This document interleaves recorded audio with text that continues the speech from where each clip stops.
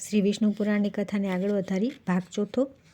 શ્રી પરાશરજી બોલ્યા કે ત્યારે દેવાધિદેવ ભગવાન વિષ્ણુના આ પ્રમાણે કહેવાથી બધા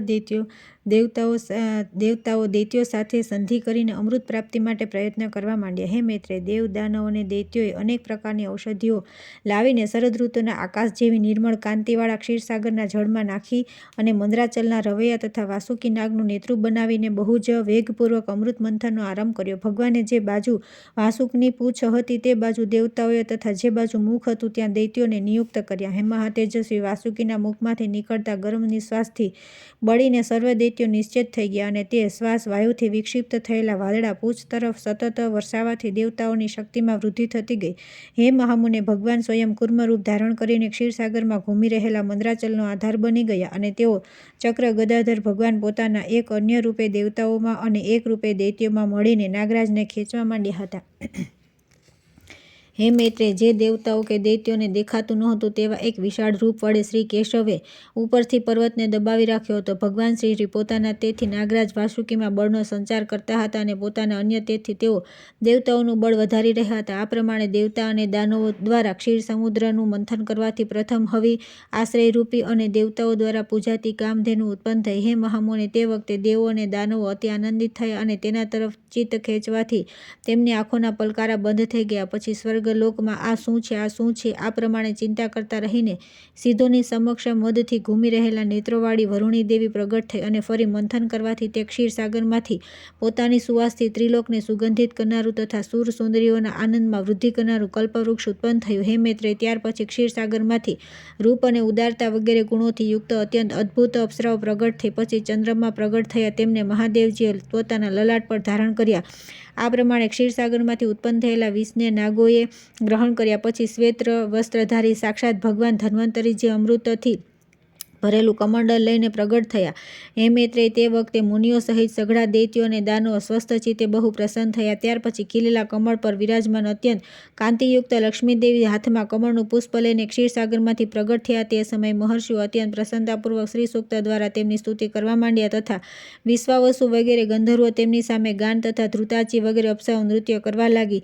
તેમને પોતાના જળથી સ્નાન કરાવવા માટે ગંગા વગેરે નદીઓ સ્વયં આવી પહોંચી અને દિગ્ગજોએ સોનાના કળશમાં નિર્મળ જળ ભરીને સર્વલોકના મહેશ્વરી શ્રી લક્ષ્મીદેવનું સ્નાન કરાવી ક્ષીરસાગરે મૂર્તિમાન થઈને તેમને ખીલેલા કમળ પુષ્પોની માળા આપી તથા વિશ્વકર્માએ તેમના શ્રી અંગોમાં વિધવિધ આભૂષણો પહેરાવ્યા। આ પ્રમાણે દિવ્ય માળા અને વસ્ત્ર ધારણ કરીને દિવ્ય જળથી સ્નાન કરીને દિવ્ય આભૂષણોથી વિભૂષિત થઈને શ્રી લક્ષ્મીજી તમામ દેવતાઓની સમક્ષ શ્રી વિષ્ણુ ભગવાનના વક્ષસ્થળમાં બિરાજમાન થયા।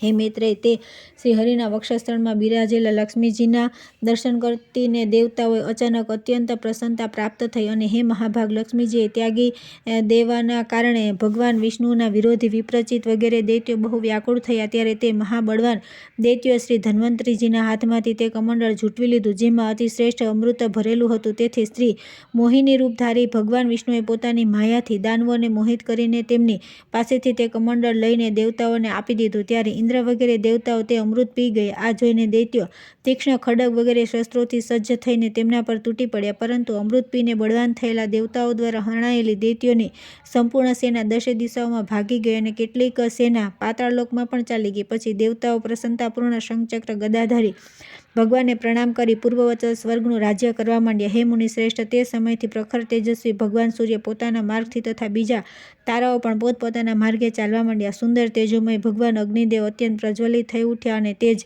સમયથી સઘળા પ્રાણીઓની ધર્મમાં પ્રવૃત્ત થઈ ગયા। હે દ્વિજોત્તમ, ત્રિલોક શ્રીથી સંપન્ન થઈ ગયા અને દેવતાઓમાં શ્રેષ્ઠ ઇન્દ્ર પણ ફરી શ્રી સંપન્ન થઈ ગયા। ત્યાર પછી ઇન્દ્રે સ્વર્ગલોકમાં જઈને ફરીથી દેવરાજ્ય પર અધિકાર પ્રાપ્ત કર્યો અને રાજ્ય સિંહાસન પર આરૂઢ થઈ પદ્મહસ્તા શ્રી લક્ષ્મીજીની આ પ્રમાણે સ્તુતિ કરી। ઇન્દ્ર બોલ્યા કે તમામ લોકના જનની ખીલેલા કમળ જેવા નેત્રોવાળા ભગવાન વિષ્ણુના વક્ષસ્થળમાં બિરાજમાન કમલોદ્ભવા શ્રી લક્ષ્મીદેવીને હું નમસ્કાર કરું છું। કમળ જ જેનું નિવાસસ્થાન છે, કમળ જ જેમના કર કમળોમાં સુશોભિત છે તથા કમળદળ જેવા જ જેમના નેત્ર છે, તે કમળમુખી કમળનાભ પ્રિયા શ્રી કમલાદેવીને હું વંદના કરું છું। હે દેવી, તમે સિદ્ધ છો, સ્વધા છો, સ્વાહા છો, સુધા છો અને ત્રણેય લોકને પવિત્ર કરનારા છો તથા જેમ જ સંધ્યા, રાત્રિ, પ્રભા, વિભૂતિ, મેઘા, શ્રદ્ધા અને સરસ્વતી છો। હે શોભને યજ્ઞ વિદ્યા, મહાવિદ્યા, ઉપાસના અને ગૃહ વિદ્યા, ઇન્દ્રજાળ તમે જ છો તથા હે દેવી, તમે જ મુક્તિનું ફળ આપનારી આત્મવિદ્યા છો। હે દેવી, આન્વીક્ષી તર્ક વિદ્યા, વેદત્રય, વાર્તા, શિલ્પ, વાણિજ્યાદિ અને દંડનીતિ, રાજનીતિ પણ તમે જ છો. તેમજ પોતાના શાંત અને ઉગ્ર રૂપોથી આ સમસ્ત સંસાર વ્યાપ્ત કરી રાખ્યો છે. હે દેવી, તમારા વિના અન્ય કોઈ સ્ત્રી છે જે દેવાધિદેવ ભગવાન ગદાધરના યોગીઓ જેમનું ધ્યાન કરે છે એવા સર્વ યજ્ઞમય શરીરનો આશ્રય પામી શકે? હે દેવી, તમારા ત્યાગ કરવાથી આ સંપૂર્ણ ત્રિલોક નષ્ટપ્રાય થઈ ગયો હતો. હવે તમે જ તેને ફરી જીવનદાન આપ્યું. હે મહાભાગે, સ્ત્રી, પુત્ર, ગૃહ, ધન, ધાન્ય તથા સુહૃદ એ બધા સદા આપની જ કૃપાથી મનુષ્યોને મળે છે. હે દેવી, તમારી કૃપા દ્રષ્ટિથી યોગ્ય પુરુષને માટે શારીરિક આરોગ્ય, ઐશ્વર્ય, શત્રુઓનો નાશ અને સુખ વગેરે કશું દુર્લભ નથી. તમે સર્વલોકની માતા છો અને દેવાધિદેવ ભગવાન હરિપિતા છે. હે માતા, તમારા અને શ્રી વિષ્ણુ ભગવાનથી આ સમસ્ત ચરાચર જગત વ્યાપ્ત છે. હે સર્વા પાવની માતેશ્વરી, અમારો ખજાનો, ગોષ્ઠ, ઘર, ભોગ સામગ્રી, શરીર, સ્ત્રી વગેરેનો આપ કદી ત્યાગ ન કરો, અર્થાત એ બધામાં તમે પરિપૂર્ણ રહો. અહીં વિષ્ણુ વક્ષસ્થળ નિવાસી અમારા પુત્ર, મિત્ર, પશુ અને આભૂષણો વગેરેનો તમે કદી ત્યાગ ન કરો. હે અમલે, જે મનુષ્યને તમે ત્યાગી દો છો તેમને સત્વ, માનસિક બળ, સત્ય, શૌચ અને શીલ વગેરે ગુણો પણ તુરત ત્યાગી દે છે. અને તમારી કૃપા દ્રષ્ટિ થાય તો ગુણહીન પુરુષ પણ તુરત જ શીલ વગેરે સંપૂર્ણ ગુણો, નિષ્કુલિનતા તથા ઐશ્વર્ય વગેરેથી સંપન્ન થઈ જાય છે. હે દેવી, જેના પર તમારી કૃપા દ્રષ્ટિ છે તે પ્રશંસાને પાત્ર છે, તે જ ગુણી છે, તે જ ધન્ય ભાગ્ય છે, તે જ ખાનદાન, બુદ્ધિમાન અને પરાક્રમી છે. હે વિષ્ણુ પ્રિય, હે જગતજનની, તમે જેનાથી વિમુખ થાઓ તેના તો શીલ વગેરે બધા ગુણો તુરત અવગુણ બની જાય છે. હે દેવી, તમારા ગુણોનું વર્ણન કરવા તો બ્રહ્માજીની વાણી પણ સમર્થ નથી, પછી હું શું કરી શકું? તેથી હે કમલનયને, હવે તમે મારા પર પ્રસન્ન થાઓ અને મારો કદી ત્યાગ કરશો નહીં. શ્રી પરાશરજી બોલ્યા કે હે દ્વિજ, આ પ્રમાણે સારી રીતે સ્તુતિ કરવાથી સર્વભૂતોમાં રહેનારા શ્રી લક્ષ્મીજી બધા દેવતાઓ સાંભળે એ રીતે બોલ્યા. શ્રી લક્ષ્મીજી બોલ્યા કે હે દેવેશ્વર ઇન્દ્ર, હું તારા આ સ્તોત્રથી બહુ પ્રસન્ન છું અને તેને જે અભિષ્ટ લાગે તે વરદાન માગી લે. હું તને વરદાન આપવા માટે જ અહીં આવી છું. ઇન્દ્ર બોલ્યા કે હે દેવી, જો તમે મને વરદાન આપવા ઈચ્છતા હો તો અને જો હું પણ વરદાન લેવા યોગ્ય છું તો મને પહેલું વરદાન તો એ જ આપો કે તમે આ ત્રિલોકનો કદી ત્યાગ ન કરો. અને હે સમુદ્ર સંભવે, બીજું વરદાન મને એ આપો કે જે કોઈ તમારી આ સ્તોત્રથી સ્તુતિ કરે તેનો તમે કદી ત્યાગ નહીં કરો. શ્રી લક્ષ્મીજી બોલ્યા કે હે દેવશ્રેષ્ઠ ઇન્દ્ર, હું હવે આ ત્રિલોકીને ક્યારેય છોડીને નહીં જઈશ. તારા સ્તોત્રથી પ્રસન્ન થઈને હું તને વરદાન આપું છું તથા જે કોઈ મનુષ્ય પ્રાતઃકાળે અને સાયંકાળે આ સમયે આ સ્તોત્રથી મારી સ્તુતિ કરશે તેનાથી પણ હું કદી વિમુખ નહીં થાવ. શ્રી પરાશરજી બોલ્યા કે હે મૈત્રેય, આ પ્રમાણે પૂર્વકાળમાં શ્રી મહાભાગ લક્ષ્મીજી દેવરાજની સ્તોત્રરૂપી આરાધનાથી સંતુષ્ટ થઈ તેમને આ વરદાન આપ્યા. લક્ષ્મીજી પહેલા ભૃગુજી દ્વારા ખ્યાતિ નામક સ્ત્રીથી ઉત્પન્ન થયા હતા. પછી અમૃત મંથન થયું ત્યારે દેવો અને દાનવોના પ્રયત્નથી તેઓ સમુદ્રમાંથી પ્રગટ થયા. આ પ્રમાણે સંસારના સ્વામી દેવાધિદેવ શ્રી વિષ્ણુ ભગવાન જ્યારે જ્યારે અવતાર ધારણ કરે છે ત્યારે ત્યારે લક્ષ્મીજી તેમની સાથે રહે છે. જ્યારે શ્રી હરિ આદિત્ય રૂપ થાય ત્યારે તેઓ કમળમાંથી ફરી ઉત્પન્ન થયા અને પદ્મા કહેવાયા તથા જ્યારે તેઓ પરશુરામ થયા ત્યારે એ પૃથ્વી થયા. શ્રી હરિ રામ થયા ત્યારે એ સીતા થયા અને કૃષ્ણાવતારમાં રૂકમણી થયા. આ જ પ્રમાણે અન્ય અવતારોમાં પણ એ ભગવાનથી કદી અલગ થતા નથી. ભગવાન જ્યારે દેવરૂપ થયા છે ત્યારે એ દિવ્ય શરીર ધારણ કરે છે અને મનુષ્ય થાય છે ત્યારે માનવી રૂપે પ્રગટ થાય છે. વિષ્ણુ ભગવાનના શરીરને અનુરૂપ જે પોતાનું શરીર ધારણ કરી લે છે. જે મનુષ્ય લક્ષ્મીજીના જન્મની આ કથા સાંભળશે અથવા વાંચશે તેના ઘરમાં વર્તમાન, ભવિષ્ય અને ભૂત ત્રણેય કુળોમાં કદી લક્ષ્મીનો નાશ થશે નહીં. હે મુને, જે ઘરોમાં લક્ષ્મીજીના સ્તોત્રનો પાઠ થાય છે ત્યાં ક્લેશનું મૂળ એવી દરિદ્રતા કદી ઊભી રહી શકતી નથી.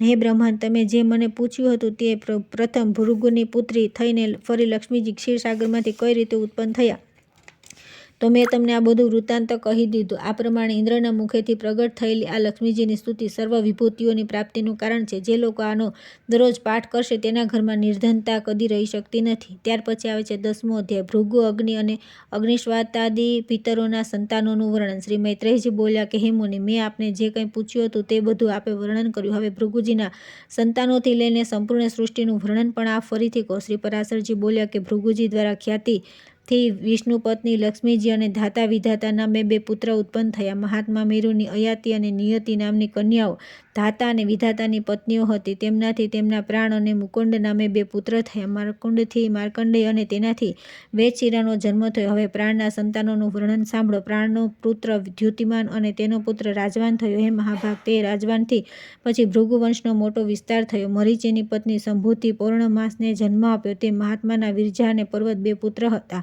હે દ્વિજ, તેમના વંશનું વર્ણન કરતી વખતે હું બંનેના સંતાનોનું વર્ણન કરીશ. અંગિરાની પત્ની સ્મૃતિ હતી, તેને સિનિવાલી કહું. રાકા અને અનુમતિ નામની કન્યાઓ થઈ. અત્રિની પત્ની અનસૂયાએ ચંદ્રમા, દુર્વાસા અને યોગી દત્તાત્રેય આ ત્રણ નિષ્પાપ પુત્રોને જન્મ આપ્યા. પુલત્સ્યની પત્ની પ્રીતિથી દતિલીનો જન્મ થયો, જે પૂર્વજન્મમાં સ્વયંભૂ મન્વંતરમાં અગસ્ત્ય કહેવાયો હતો. પ્રજાપતિ પુલની પત્ની ક્ષમાથી કરદમ, ઉર્યવાન અને સહિષ્ણુ આ 3 ઉત્પન્ન પુત્રો થયા. કૃતુની પત્ની સંતિએ અગુંઠાના વેઢા જેવડા શરીરવાળા તથા પ્રખર સૂર્ય જેવા તેજસ્વી વાલ્ખિલ્ય 60,000 ઉર્ધ્વ રહેતા મુનિઓને જન્મ આપ્યો. વસિષ્ઠજીની ઉર્જા નામની સ્ત્રીથી રજ ગોત્ર, ઉર્ધ્વબાહુ, સવન, અનઘ, સુતપા અને શુક્ર આ 7 પુત્ર ઉત્પન્ન થયા. એ બધા નિર્મળ સ્વભાવના અને સમસ્ત મુનિઓ ત્રીજા મન્વંતરમાં સપ્તર્ષિ થયા. હે દ્વિજ, અગ્નિનો અભિમાની દેવ જે બ્રહ્માજીનો જ્યેષ્ઠ પુત્ર છે, તેના દ્વારા સ્વાહા નામની પત્નીથી અત્યંત તેજસ્વી પાવક, પવમાન અને જળનું ભક્ષણ કરનાર સૂચિ આ 3 પુત્ર થયા. આ ત્રણેયના દરેકના 15 પુત્રો, ક્રમથી 45 સંતાન થયા. પિતા અગ્નિ અને તેમના 3 પુત્રોની સાથે બધા જ અગ્નિ કહેવાય છે. આમ કુલ 49 અગ્નિ કહેવાયા. હે દ્વિજ, બ્રહ્માજી દ્વારા રચવામાં આવેલા જે અગ્નિક, અગ્નિશ્વાત અને સાગ્નિક, બહર્ષિદ વગેરે પુત્રો વિશે તમને કહ્યું હતું, તેમના દ્વારા સ્વધાએ મેના અને ધારિણી નામની 2 કન્યાઓ ઉત્પન્ન કરી. તે બંને ઉત્તમ જ્ઞાનથી સંપન્ન અને બધા ગુણોથી યુક્ત બ્રહ્મવાદિની તથા યોગિની હતી. આ પ્રમાણે દક્ષ કન્યાઓની વંશ પરંપરાનું વર્ણન કર્યું. જે કોઈ શ્રદ્ધાપૂર્વક આનું સ્મરણ કરે છે તે નિસંતાન રહેતો નથી. ત્યાર પછી આવે છે 11મો અધ્યાય, ધ્રુવનું વનગમન અને મરીચી વગેરે ઋષિઓ સાથે ભેટ. શ્રી પરાશરજી બોલ્યા કે હે મૈત્રેય, મેં તમને સ્વયંભૂ મનુના પ્રિયવ્રત અને ઉત્તાનપાદ નામના 2 મહાબળવાન અને ધર્મજ્ઞ પુત્રો ગણાવ્યા. હે બ્રહ્મણ, તેમનામાંથી ઉત્તાનપાદની પ્રિય પત્ની સુરુચિથી પિતાનો બહુ જ લાડકો એ ઉત્તમ નામે પુત્ર થયો. હે દ્વિજ, તે રાજાની તે સુનીતિ નામની રાજરાણી હતી, જેના પ્રત્યે રાજાને બહુ પ્રેમ નહોતો. તેનો પુત્ર ધ્રુવ થયો.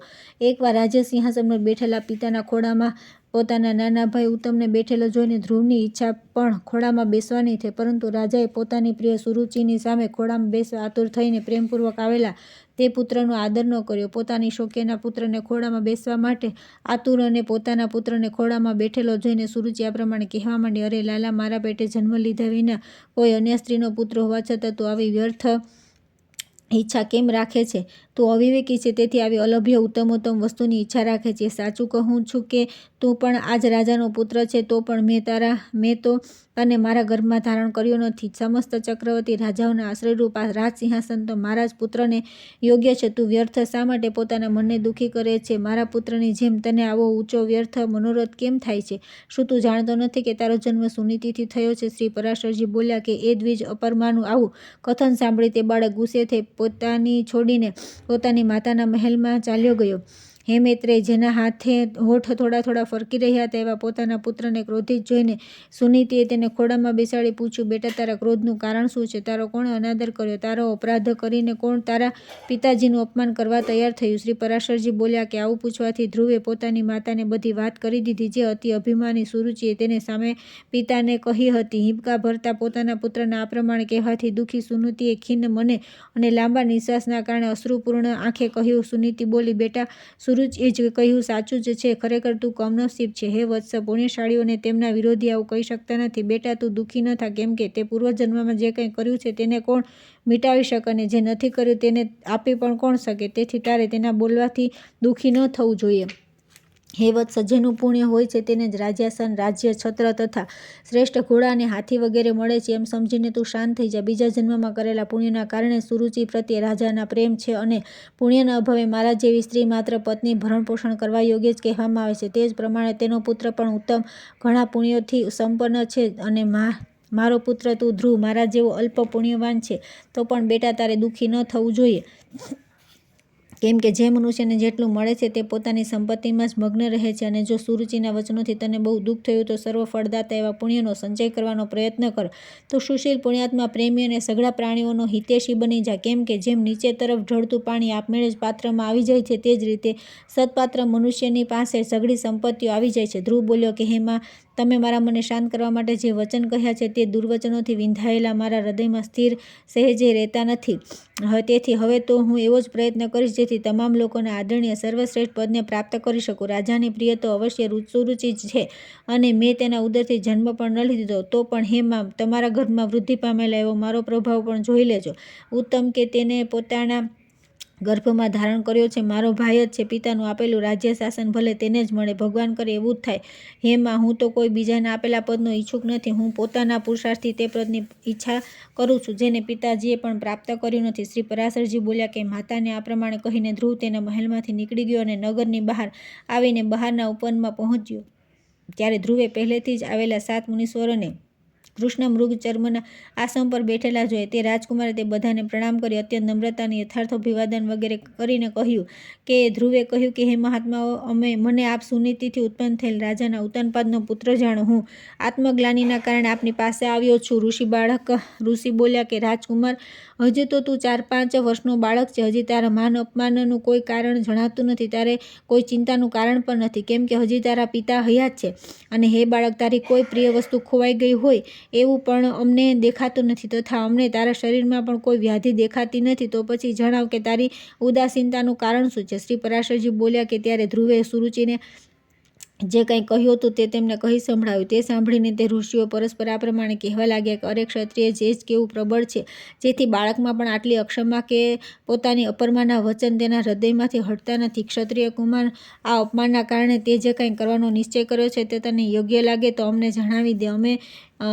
અને હે અપાર તેજસ્વી, એ પણ જણાવ કે અમે તારી શું મદદ કરીએ, કેમ કે અમને એવું લાગે છે કે તું કંઈ કહેવા માગે છે. ધ્રુવે કહ્યું કે દ્વિજ શ્રેષ્ઠ, મને ન તો ધનની ઈચ્છા છે, ન રાજ્યની. હું તો માત્ર એક જ સ્થાનની ઈચ્છું છું, જેને પહેલાં ક્યારેય કોઈએ ભોગવ્યું ન હોય. હે મુનિ શ્રેષ્ઠ, આપની એ જ સહાયતા હશે કે મને આપ સ્પષ્ટ રીતે સમજાવી દો કે શું કરવાથી તે સર્વથી અગ્રગણાતું સ્થાન પ્રાપ્ત થઈ શકે. મરીચી બોલ્યા કે હે રાજપુત્ર, ગોવિંદની આરાધના કર્યા વિના મનુષ્યને તે સ્થાન કદી મળી શકતું નથી, તેથી તું અચ્યુતની આરાધના કર. અત્રિ બોલ્યા કે જે પરા પ્રકૃતિ આદિથી પણ પર છે, તે પરમ પુરુષ જનાર્દન જેનાથી સંતુષ્ટ થાય છે, તેને તે અક્ષયપદ મળે છે. આ હું સાચે સાચું કહું છું. અંગીરા બોલ્યા કે જો તું અગ્રસ્થાન માટે ઈચ્છુક છે, તો જે અવ્યક્તાત્મા અચ્યુતમાં આ સંપૂર્ણ જગત ઓતપ્રોત છે, તે ગોવિંદની જ આરાધના કર. પુલત્સ્ય બોલ્યા કે જે પરબ્રહ્મ, પરમધામ અને પર સ્વરૂપ છે, તે હરિની આરાધના કરવાથી મનુષ્ય અતિ દુર્લભ મોક્ષપ્રદ પ્રાપ્ત કરી લે છે. પુલા બોલ્યા કે હે સુરત, જે જગતપતિની આરાધનાથી ઇન્દ્રે અતિ ઉત્તમ ઇન્દ્રપદ પ્રાપ્ત કર્યું, તે તું યજ્ઞપતિ ભગવાન વિષ્ણુની આરાધના કર. ક્રતુ બોલ્યા કે જે પરમ પુરુષ યજ્ઞ અને યોગેશ્વર છે, તે જનાર્દન સંતુષ્ટ થયા બાદ કોઈ વસ્તુ દુર્લભ લઈ શકે. વશિષ્ઠ બોલ્યા કે હે વત્સ, વિષ્ણુ ભગવાનની આરાધના કરવાથી તું જે ઈચ્છીશ તે જ પ્રાપ્ત થઈ જશે. પછી ત્રિલોકીની ઉત્તમમાં ઉત્તમ સ્થાનની તો વાત જ ક્યાં. ધ્રુવે કહ્યું કે હે મહર્ષિઓ, વિનંતી કરનાર મુજને આપે આરાધ્ય દેવ તો બતાવી દીધા. હવે તમને પ્રસન્ન કરવા માટે મારે શું જપવું જોઈએ એ મને જણાવો. તે મહાપુરુષની મારે જે રીતે આરાધના કરવી જોઈએ તે આપ સૌ મને પ્રસન્નતાપૂર્વક કહો. ઋષિઓ બોલ્યા કે હે રાજકુમાર, વિષ્ણુ ભગવાનની આરાધનામાં તત્પર પુરુષોને જે પ્રકારે તેમની ઉપાસના કરવી જોઈએ તે અમારી પાસેથી યથાવત શ્રવણ કર. મનુષ્ય સર્વપ્રથમ તમામ બાહ્ય વિષયોમાંથી ચિત્તને હટાવી લેવું જોઈએ અને તેને એકમાત્ર જે જગદાધારમાં સ્થિર કરવું જોઈએ. હે રાજકુમાર, આ પ્રમાણે એકાગ્રચિત્ત થઈને તન્મય ભાવથી જે કંઈ જપ કરવા જોઈએ તે સાંભળ. ઓમ હિરણ્યગર્ભ પુરુષ પ્રધાન અને અવ્યક્ત રૂપ શુદ્ધ જ્ઞાન સ્વરૂપ વાસુદેવને નમસ્કાર છે. ઓમ નમો ભગવતે વાસુદેવ મંત્રના પૂર્વકાળમાં તારા પિતા ભગવાન સ્વયંભૂ મનુએ જપ કર્યા હતા, ત્યારથી તેના સંતુષ્ટ થઈને જનાર્દને તેમને ત્રણેય લોકમાં દુર્લભ મનોવાંછિત સિદ્ધિ આપી હતી. તે જ પ્રમાણે તું પણ મંત્રનો નિરંતર જાપ કરીને ગોવિંદને પ્રસન્ન કર. ત્યાર પછી આવે છે 12મો અધ્યાય. ધ્રુવની તપસ્યાથી પ્રસન્ન થયેલા ભગવાનનો આવિર્ભાવ અને તેને ધ્રુવપદનું દાન. શ્રી પરાશરજી બોલ્યા કે હે મૈત્રેય, આ બધું સાંભળીને રાજપુત્ર ધ્રુવ તે ઋષિઓને પ્રણામ કરીને તે વનથી ચાલી નીકળ્યા. અને હે દ્વિજ, પોતાને કૃતકૃત્ય થયા જેવો માનીને તે યમુના તટે આવેલા અતિ પવિત્ર મધુવનમાં આવ્યો. પૂર્વકાળે આ સ્થાનમાં મધુ નામનો દૈત્ય રહેતો હતો, તેથી આ પૃથ્વી પર તે સ્થાન મધુવન નામે પ્રસિદ્ધ થયું. ત્યાં જ મધુના પુત્ર લવણ નામના અતિ બળવાન રાક્ષસને મારીને શત્રુઘ્ને મથુરા નામનું નગર વસાવ્યું. જે મધુવનમાં નિરંતર દેવાધિદેવ શ્રીહરિનું સાનિધ્ય રહે છે, તે સર્વ પાપહારી તીર્થમાં ધ્રુવે તપશ્ચર્યા કરી. મરીચી વગેરે મુનીશ્વરોએ તેને જેવો ઉપદેશ આપ્યો હતો, ધ્રુવે તે જ પ્રમાણે પોતાના હૃદયમાં બિરાજમાન અખિલ દેવદેવેશ્વર શ્રી વિષ્ણુ ભગવાનનું ધ્યાન ધરવાનો પ્રારંભ કર્યો. આ પ્રમાણે હે વિપ્ર, અનન્ય ભાવે ધ્યાન કરવાથી તેના હૃદયમાં સર્વભૂતોના અંતર્યામી ભગવાન શ્રી હરિ સર્વતો ભાવે પ્રગટ થયા. હે મૈત્રેય, યોગી ધ્રુવના ચિત્તમાં ભગવાન વિષ્ણુ સ્થિત થવાથી સર્વભૂતોને ધારણ કરનારી પૃથ્વી તેનો ભાર ન સહી શકી. તેના ડાબા પગ પર ઊભા રહેવાથી પૃથ્વીનો ડાબો બાજુનો અડધો ભાગ નમી ગયો અને પછી જમણા પગ પર ઊભા રહેવાથી જમણો ભાગ નમી ગયો. અને જે વખતે તે પગને અંગૂઠાથી પૃથ્વીને વચમાં દબાવીને ઊભો રહ્યો હતો, તે પર્વતો સહિત સમસ્ત ભૂમંડળ વિચલિત થઈ ગયું. હે મહામુનિ, તે સમયે નદી, નદ અને સમુદ્ર વગેરે સર્વે અત્યંત ક્ષુબ્ધ થઈ ગયા અને તેમના ક્ષોભથી દેવતાઓ પણ બહાર દોડાદોડી થઈ ગઈ. હે મૈત્રેય, ત્યારે યામ નામના દેવતાઓએ અત્યંત વ્યાકુળ થઈને ઇન્દ્રની સાથે પરામર્શ કરી તેના ધ્યાનને ભંગ કરવાનું આયોજન કર્યું. હે મહામુનિ, ઇન્દ્રની સાથે અતિ આતુર કુષ્ટમાન નામના ઉપદેવતાઓએ અનેક પ્રકારની રૂપ ધારણ કરી ધ્રુવની સામે સમાધિ ભંગ કરવાનો આરંભ કર્યો. તે સમયે માયાથી રચાયેલા અને આંસુ ભરેલા નેત્રોવાળા તેની માતા સુનીતિ તેની સામે પ્રગટ થઈ અને કહ્યું કે હે પુત્ર, આવું કહીને કરુણાભરી સ્વરે કહેવા લાગી કે તેણે કહ્યું કે બેટા, તું શરીરને ઓગાળી નાખનાર આ ભયંકર તપનો આગ્રહ છોડી દે. મેં મોટા મોટા મનોરથો દ્વારા તને પ્રાપ્ત કર્યો છે. અરે મને એકલી અનાથ દુખિયારીને અપરમાના કટુ વચનોના કારણે છોડી દેવી તારા માટે યોગ્ય નથી. બેટા, હું આશ્રય રહિત નહોતો, તું જ એકમાત્ર આશરો છે. ક્યાં 5 વર્ષનો તું અને ક્યાં તારું આ અત્યંત ઉગ્ર તપ? અરે આ નિષ્ફળ કષ્ટકારી આગ્રહથી પોતાના મનને વાળી લે. હમણાં તો તારો રમવા કૂદવાનો સમય છે, પછી વિદ્યાભ્યાસનો સમય આવશે, ત્યાર પછી સઘળા ભોગ ભોગવવાનો અને પછી અંતમાં તપસ્યા કરવી યોગ્ય રહેશે. બેટા, તારા જેવા કોમળ બાળકનો જે ખેલકૂદનો સમય છે તેમાં તું તપ કરવા બેઠો છે. તું આ પ્રમાણે શા માટે પોતાનો સર્વનાશ કરવા તત્પર થયો છે? તારો પરમ ધર્મ તો મને ખુશ રાખવાનો છે. તેથી તું તારું આયુષ્ય અને અવસ્થાને અનુકૂળ કર્મો જ કર. મોહનું અનુકરણ ન કરતા આ તપરૂપી અધર્મથી નિવૃત્ત થઈ જા. બેટા,